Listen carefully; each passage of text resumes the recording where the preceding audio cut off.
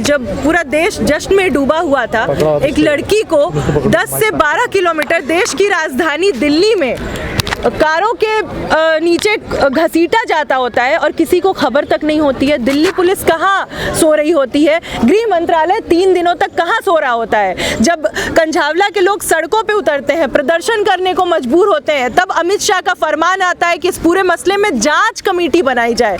कौन सी जांच कमेटी, जब ये पूरी तरीके से ये बात साफ थी कि जिस गाड़ी के तले अंजलि को कुचला गया, उस गाड़ी में भाजपा का स्थानीय नेता मनोज मित्तल मौजूद था और उसके तमाम नुमाइंदे उस गाड़ी में थे।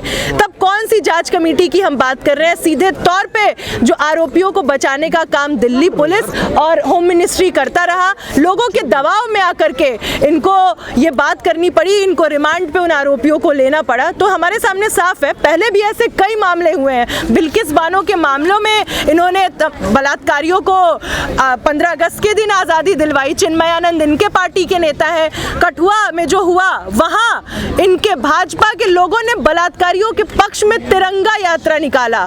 उन्नाव में कुलदीप सिंह सेंगर वो व्यक्ति है जिसने एक लड़की का रेप किया और आवाज उठाने पे उसके पूरे परिवार को मार डाला। उत्तराखंड में अंकिता की घटना हमारे सामने, विनोद आर्या और उस रिजॉर्ट में उसका बेटा लड़कियों को गलत कामों के लिए, वेश्यावृत्ति के लिए उकसाता था और बात सामने आने पे उस लड़की का मर्डर कर दिया जाता है। तो ऐसे कितने ही उदाहरण गिनाए जाएं जो ये साफ करते हैं कि आज जो हुक्मरान हमारे सत्ता में बैठे हैं वो खुद रेपिस्ट हैं, वो मर्डरर्स हैं।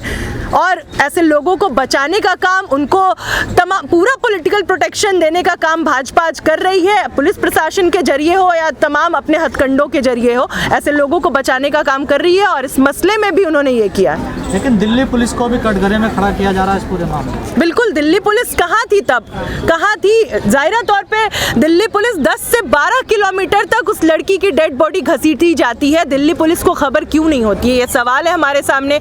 और जब तक कंझावला के लोग सड़कों पे नहीं उतरते हैं, तब तक आरोपियों को दिल्ली पुलिस क्यों नहीं लेती है कस्टडी में? आपको पता होगा, कंझावला के लोगों ने सड़कों पे उतर के प्रदर्शन किया।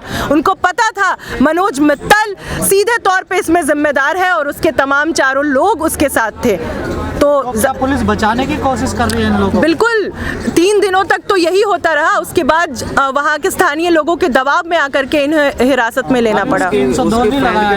बिल्कुल, देखिए होता क्या है इन तमाम ऐसे घटनाओं में कि जब भी स्त्रियों के साथ ऐसी घटनाएं घटती हैं तो इस पूरे मसले को इस चीज़ पे ले आके खड़ा कर दिया जाता है कि वो लड़की थी, वो रात के 3 बजे अपने घर से बाहर निकली थी, उसने ऐसे कपड़े पहने थे, वो नशे में धुत थी, या तमाम ऐसे सवाल जो उस लड़की के चरित्र पे ही उंगली उठाते हो। ये इसलिए ही किया जाता है क्योंकि इसके पीछे असल सवाल गायब किया जा सके कि आज हम किस समाज में खड़े हैं। ये सवाल क्यों नहीं होता है कि आज हमारे समाज में महिलाएं क्यों असुरक्षित हैं? हमारे समाज में ऐसे हुक्मरान, ऐसे नेता मंत्री बैठे हैं जिनके ऊपर रेप के चार्जेस हैं, जिनके ऊपर मर्डर्स के चार्जेस हैं, इतनी संगीन धाराएं हैं और वो हमारे ऊपर राज कर रहे हैं। ये सारे सवाल गायब हो, इसीलिए औरतों को कटघरे में खड़ा कर दिया जाता है ताकि इन पे पर्दा डाला जा सके। अंजलि की दोस्त ने ही बोला है कि निधि ने कि उसने ड्रिंक की हुई थी, लेकिन पोस्टमार्टम में आया है कि उसने ड्रिंक नहीं की हुई है। बिल्कुल, इसमें साफ है। अगर आप बहुत सारे फैक्ट्स को लोगों के सामने रख दोगे, इनकी मीडिया आज किसकी है? तमाम मीडिया चैनल्स आज भाजपा कंट्रोल्ड है, बीजेपी कंट्रोल्ड है। तो बहुत सारे फैक्ट्स लोगों के सामने रख दोगे तो लोग कंफ्यूज होंगे कि पता नहीं क्या हुआ होगा। लेकिन असल सवाल आज हमारे सामने है, हमें उस पर बात करनी चाहिए और बात यही है कि क्यों विश्व गुरु भारत, जिस विश्व गुरु भारत की हम बात करते हैं, उस विश्व गुरु भारत में महिलाएं ऐसे कुचली जाती हैं, ऐसी बर्बरता से ऐसे घटनाएं उनके सामने होती हैं, ऐसे भेड़िए हमारे ऊपर राज करने के लिए क्यों बैठे हैं? क्या डिमांड कर रहे हैं आज? क्या डिमांड? आज हम यही डिमांड कर रहे हैं कि सबसे पहले होम मिनिस्टर अमित शाह इस्तीफा दें, इस पूरे मसले को संज्ञान में लेते हुए शर्म करें और इस्तीफा दें। दिल्ली पुलिस की लापरवाही से जो घटना हुई है, जो आरोपी हैं उनको सख्त से सख्त सजा दी जाए। अच्छा, दिल्ली महिला आयोग की जो स्वाति मालीवाल है वो ये कह रही है कि भैया ये जो केस हुआ है, अगर जो जैसे मैटर होते हैं जो टीवी में हाईलाइट हो जाते हैं तो उस पर स्वाति मालीवाल आ जाती है, तमाम और भी केसेस ऐसे पड़े रहते हैं। बिल्कुल, इन तो अभी चाहे वो दिल्ली सरकार हो या फिर स्वाति स्वाति मालीवाल ऐसे तमाम मसलों में ये तू नंगा का खेल खेलते हैं, एक दूसरे के ऊपर कीचड़ उछालने का और अपनी राजनीति चमकाने का काम करते हैं। और इस पूरे मसले में असल सवालों पे चाहे वो केजरीवाल हो, स्वाति मालीवाल हो, कोई भी बात नहीं करेगा। तो इसलिए ही ये तो साफ ही है बिल्कुल कि ये इन आपसी राजनीति और आपसी भिड़ंत के लिए ये करते हैं। ऐसी घटनाएं रोज होती हैं जिन पे कोई एक्शन नहीं लिया जाता है। ऐसी घटनाएं होती है, परिवार से है या उस समुदाय से आती है, खासकर दलित से, इसलिए गोल मोल घुमाया जा रहा पूरे मामले को। देखिए, बात अगर आज हम करें तो जाहिरा तौर पे इस देश में अगर कोई व्यक्ति दलित जाति से आता है तो उसका हम मानते हैं दोहरा उत्पीड़न होता है, उसको अधिक इस देश में झेलना पड़ता है और स्त्री होने के नाते तो और भी झेलना पड़ता है। तो ये इस देश की भी एक विडंबना है कि ये आज हमारे सामने ये भी सवाल है। आज हम लोग यहाँ प्रदर्शन के लिए इकट्ठे हुए हैं।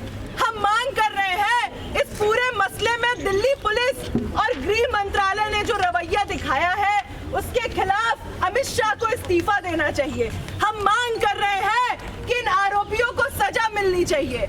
लेकिन ये भी बेहद विडंबना है हमारे देश की कि आज हम जिनसे मांग कर रहे हैं, जो सत्ता में बैठे ये हुक्मरान हैं, ये पूरी पार्टी खुद हत्यारों, बलात्कारियों, ऐसे लोगों की पार्टी है, दंगाइयों की पार्टी है।